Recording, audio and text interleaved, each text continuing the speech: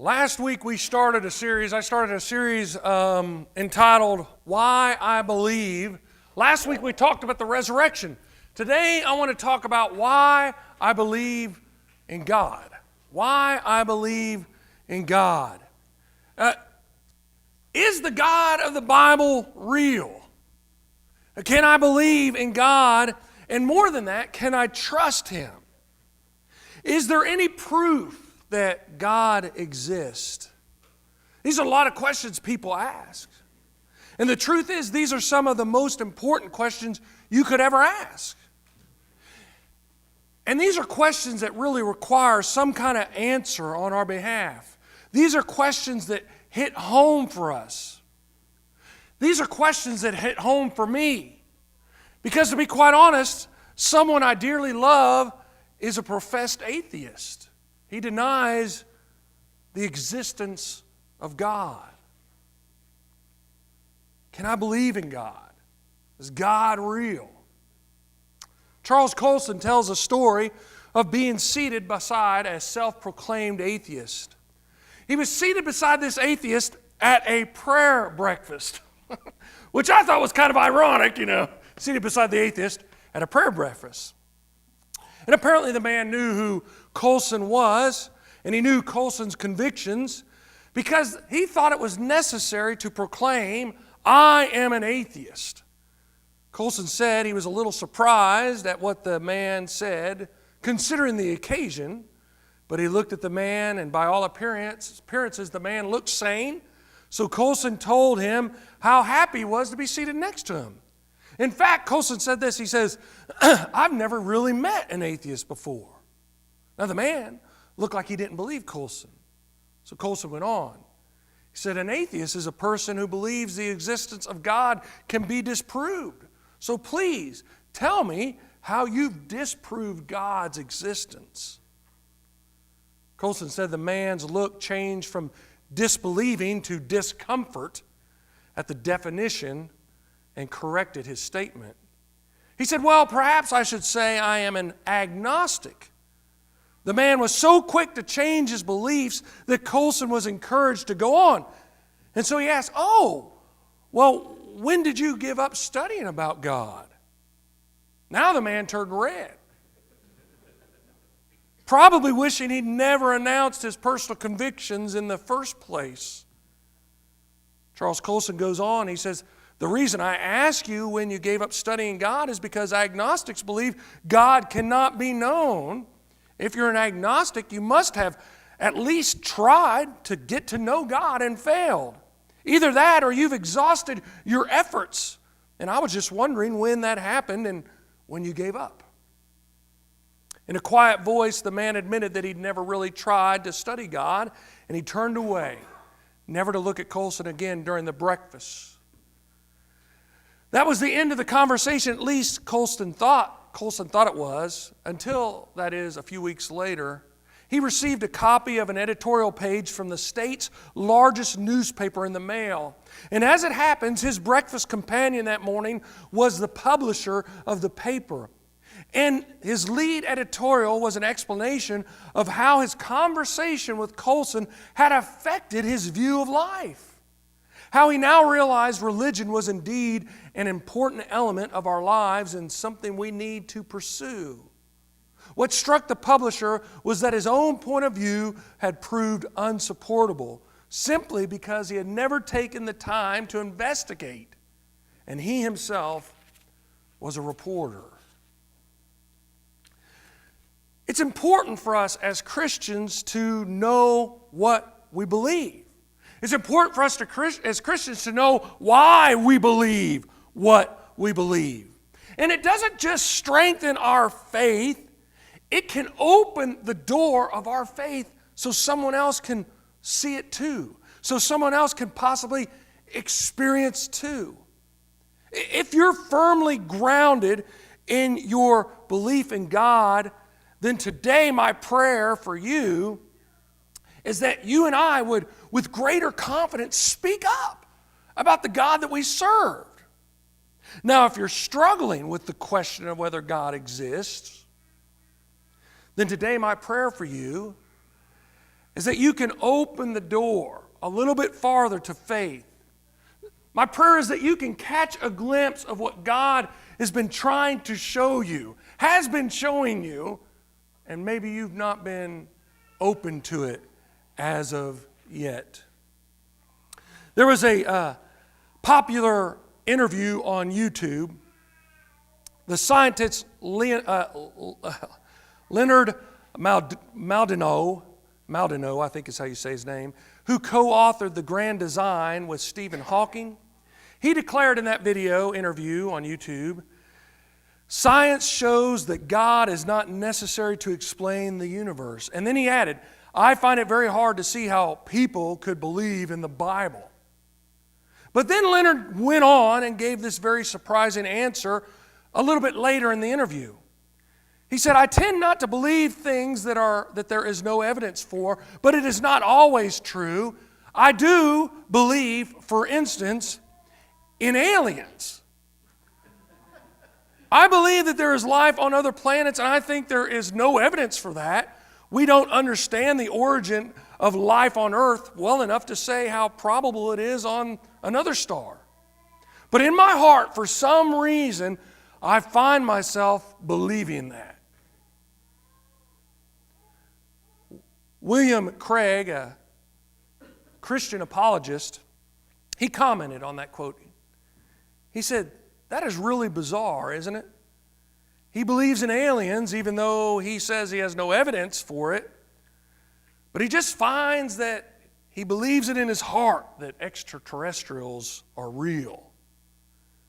But he doesn't apparently find it in his heart to think that God exists the way many people do. If he thinks he is rational in his believing in aliens, why isn't it rational to believe in God? And that's where I want to start this morning. Is it rational to believe in God? Because there are evidences that point to God, and you've got to decide. And the first evidence, I believe, that we need to look at is a longing. There is a longing in the human heart.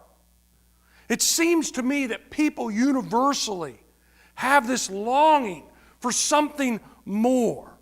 They universally are searching for something beyond themselves, something that is greater than themselves.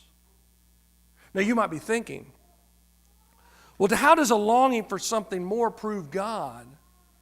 Well, I want you to listen to what Solomon says in Ecclesiastes chapter 3, verse 11. This is what Solomon says. He says, yet God has made everything beautiful for its own time. He has planted eternity in the human heart. But even so, people cannot see the whole scope of God's work from beginning to end. I want you to understand, Solomon was in this crisis of faith, as it were. He's describing a crisis of faith. He's been searching for meaning. He's been searching for contentment. He's been searching for satisfaction. And he's been doing it in all the wrong places. Everything he's been searching is worldly. But he knows that there's got to be more. And so he speaks about this hole in the human heart. This place where only God fits. This eternity-shaped hole, this God-shaped hole in the heart. A longing for something better, something more, something greater. An article in the Washington Post is titled, I'm an atheist, so why can't I shake God? And it suggests that it's hard to believe in nothing when your psyche is wired for faith. And the author, Elizabeth King, tells how she abandoned her childhood Christian faith for atheism. She says, until my mid-teens, I was a born-again Christian who loved God with all her heart. These days, though, I am an atheist with nothing to prove. And then she says, still in spite of my atheism, she says, somehow God has found a way to stick around in my mind. She thinks that God's lingering presence could be attributed to the inner workings of the human mind against which the atheist battles hard. And she claims, if I could banish this figure from my psyche, I would. And in the end, she has to admit, I have no choice but to accept that I am an atheist with a sense for God. That longing, that desire for God, it's planted in our soul, in our heart, in our mind. We just can't get around it. It is there. We know that there's something more. Why do you think so many atheists cling to something? Whether it's aliens or some kind of, designer. I don't know who they think that is, but some kind of designer of the universe or all sorts of stuff, clinging for something beyond themselves because they know that this is not all there is. There's got to be more than that. God is making himself known even in the human heart, letting them realize there's something more. But that's not the only way God demonstrates his presence. He also demonstrates his presence in us living. So he demonstrates it in our longing. He also demonstrates it in our living. Those who are living demonstrate God's presence. Now you might be saying, well, what do you mean, Todd? Well, they demonstrate God's presence because every single human being seems to be hardwired with a universal moral code. We all have this thing that we call a conscience where we recognize instinctively that there are some things that are bad and there are other things that are good. Human beings are wired. We understand that, that's good, that's bad. When I did that, it was good. When I did that, it was bad. In fact, so often it comes very clear in the midst of an argument. In fact, C.S. Lewis says it like this in his book, Mere Christianity. He suggests that when people are arguing, you almost never hear them say, do what I want because I'm stronger than you and I can make you do it. What they actually say is something like this. When we argue, we actually say, but that's not fair. Or that's not right. Or that isn't just. Or in other words, when we argue, we betray the fact that all of us believe there is a moral standard which everyone ought to understand and agree to. C.S. Lewis is reminding us that every person understands that there are moral rights and moral wrongs. And that is the very evidence of a God who wants us to do good. He allows us to recognize good and bad so that we can do that which is good. Romans chapter 2, verses 14 and 15, this is what it says. Even Gentiles. Now, I'll just stop there for a second. Gentile essentially means everyone who's not a Jew. So, Jews and then everyone else in the world, Gentiles. Even Gentiles who do not have God's written law show that they know his law when they instinctively obey it, even without having heard it. They demonstrate that God's law is written in their hearts for their own conscience and thoughts. Either accuse them or tell them they are doing right. Humanity has right and wrong written on their hearts. We know instinctively when we've been wronged. We know it. You wronged me. We know that instinctively because there is a universal moral code that God put within us. The way we live actually proclaims that God is alive. The way in which we live actually proclaims that there is a good, good Father who we serve. So our longing testifies, our living testifies, and our learning testifies to the existence of God. I want you to listen to what it says in Psalm 1, verses 2 and 3. It says, how amazing are the deeds of the Lord. All who delight in him should ponder them. Everything he does reveals his glory and majesty. His righteousness never fails. I read this text and I can't help but to get this sense that God has been proclaiming himself all along in his very creation. As we study it, as we learn more about it, it proclaims who God is. In fact, in Romans chapter 1, verse 20, it says, for ever since the world was created, people have seen the earth and sky. Through everything God made, they can clearly see his invisible qualities, his eternal power and divine nature. So they have no excuse for not knowing God. Scripture says that creation itself testifies that there is a God. The more we learn about creation, the more we can see God's invisible qualities and eternal power at work. The more we understand that.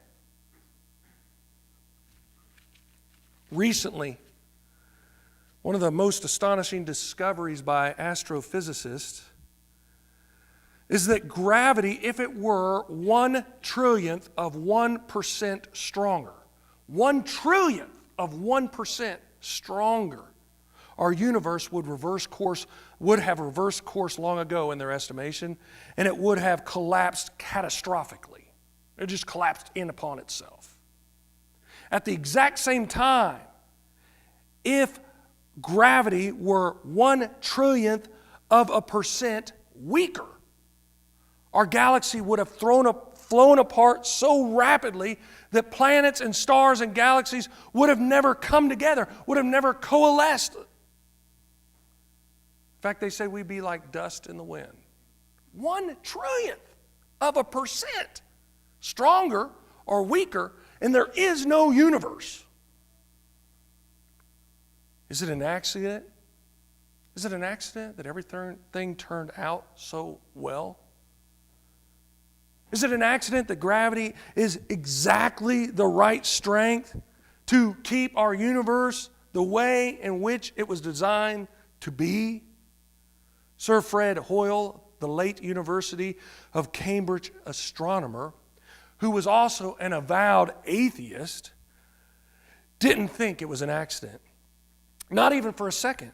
After doing innumerable computations, Hoyle discovered that the odds of our being accidents of nature are comparable to the likelihood, and you may have heard this before, of a tornado sweeping through a junkyard and assembling scrap metal into a fully functioning Boeing 747. In fact, he really goes on and he says, even if that tornado were to blow through enough junkyards to fill the entire universe, it couldn't happen. It was negligible. There's no way. And so Hoyle said, one arrives at the conclusion that biomaterials, with their amazing measure of order, must be the outcome of an intelligent design. An atheist understands that the universe proclaims that there is design. Creation itself proclaims that there is a design. And we know who that designer is. The more we know about the universe, the more we know about creation, the more evidence that points to God. Get rid of the bee, and we all are gone. Get rid of the bee, and we're all gone. Look at DNA and see how much information is stored in there, and you recognize this is not by accident. The design of the human eye, the design of the human body. Go up on the mountains in the middle of the night and look out at the stars and tell me, oh, it's accidental, that just happened. Go out on the beach in the middle of the summer and watch those waves come in and stop where God has told them to stop and tell me that was accidental. Go into the birthing room and watch a child be born.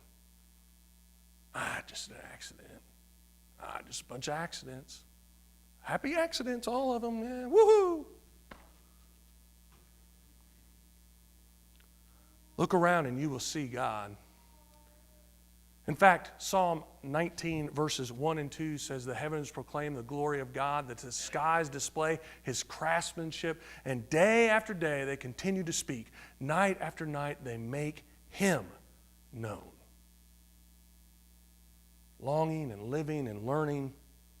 And one last thing I want to look at is that proclaims that there is a God is lasting. Lasting. Now hold on with me for a second. I'll explain this. In Genesis chapter 26 verse 4, this is what it says. Genesis 26:4, I will cause your descendants to become as numerous as the stars of the sky, and I will give them all these lands. And now listen to what it says. And through your descendants all the nations of the earth will be blessed. All the nations of the earth will be blessed. God promises Abraham, and by extension Isaac, and by extension all people, that he would bless them. That their world would be transformed. That it would be better because of his family. It would be better.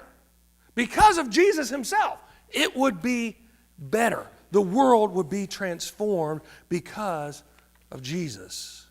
John Dickerson is the teaching pastor at Venture Christian Church, but he used to be a skeptic. And he set out to see if Christianity had been a force for good or a force for evil. So he asked some probing questions. Why did the world change so dramatically after Jesus? Who instigated the advances that doubled life expectancy? Who worked to increase the literacy from 2% to nearly 100% in the United States and in Western Europe? Who launched modern science? Who abolished slavery? He said, I was shocked to discover again and again and again that sincere Christians, motivated by their faith in Jesus, had instigated the world-changing social improvements we take for granted today. The seeds of modern science, medicine, and democracy all began with Christian education. Christian education became Christian universities, which produced graduates who undeniably launched the scientific revolution, the industrial revolution, who created a society where girls were provided equal education as boys, who created the first society in which all people were taught to read, who discovered the laws of planetary motion, who discovered germ theory and other innovations that launched modern medicine, who created the modern hospital, who created life-saving vaccines that saved millions of lives, who fought for women's rights, who abolished slavery, and then exported all of these improvements around the world. And he said this, there is no denying that God's people, specifically the church, has transformed the world for the better and are continuing to do just that. The God of the Bible, the one and only God, our God, is proving his existence through the lasting positive effects of his people.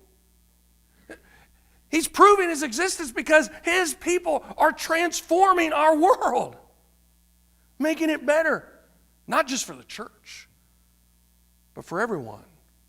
God is blessing nation after nation after nation through his Son, Jesus, and through all who have been redeemed by his Son, Jesus. Is the God of the Bible real? Can I believe in God? And more than that, can I trust in him? Is there proof that God exists? Yes. Yes to all those questions. Truth is, you have to answer those for yourself. But my answer is a resounding yes, yes, yes. Your longing heart testifies to God. The way in which you live with morality testifies to God. Creation itself testifies to God. The betterment of our world by God's people testify that there is a God. And the question is, will you listen? I've heard people argue so many times, well, what do you have to lose? If God is real, you will win in the end. And if he isn't, well, what do you have to lose? But the truth is, it's much more than that. It's not just as a church we're playing the odds. Well, we got a 50-50 chance. We might as well err on the side of God. As a church, we realize that life is so much better because of God. It is experiencing the joy that comes from only knowing his love. It is experiencing the peace that comes from knowing that he is all-powerful and that he is listening to us. It is the experiencing of freedom that is found in forgiveness through our faith. It is realizing that if you take your last breath today, you still live on for an eternity in his presence. Do you believe in God? The truth is, everything depends on your answer.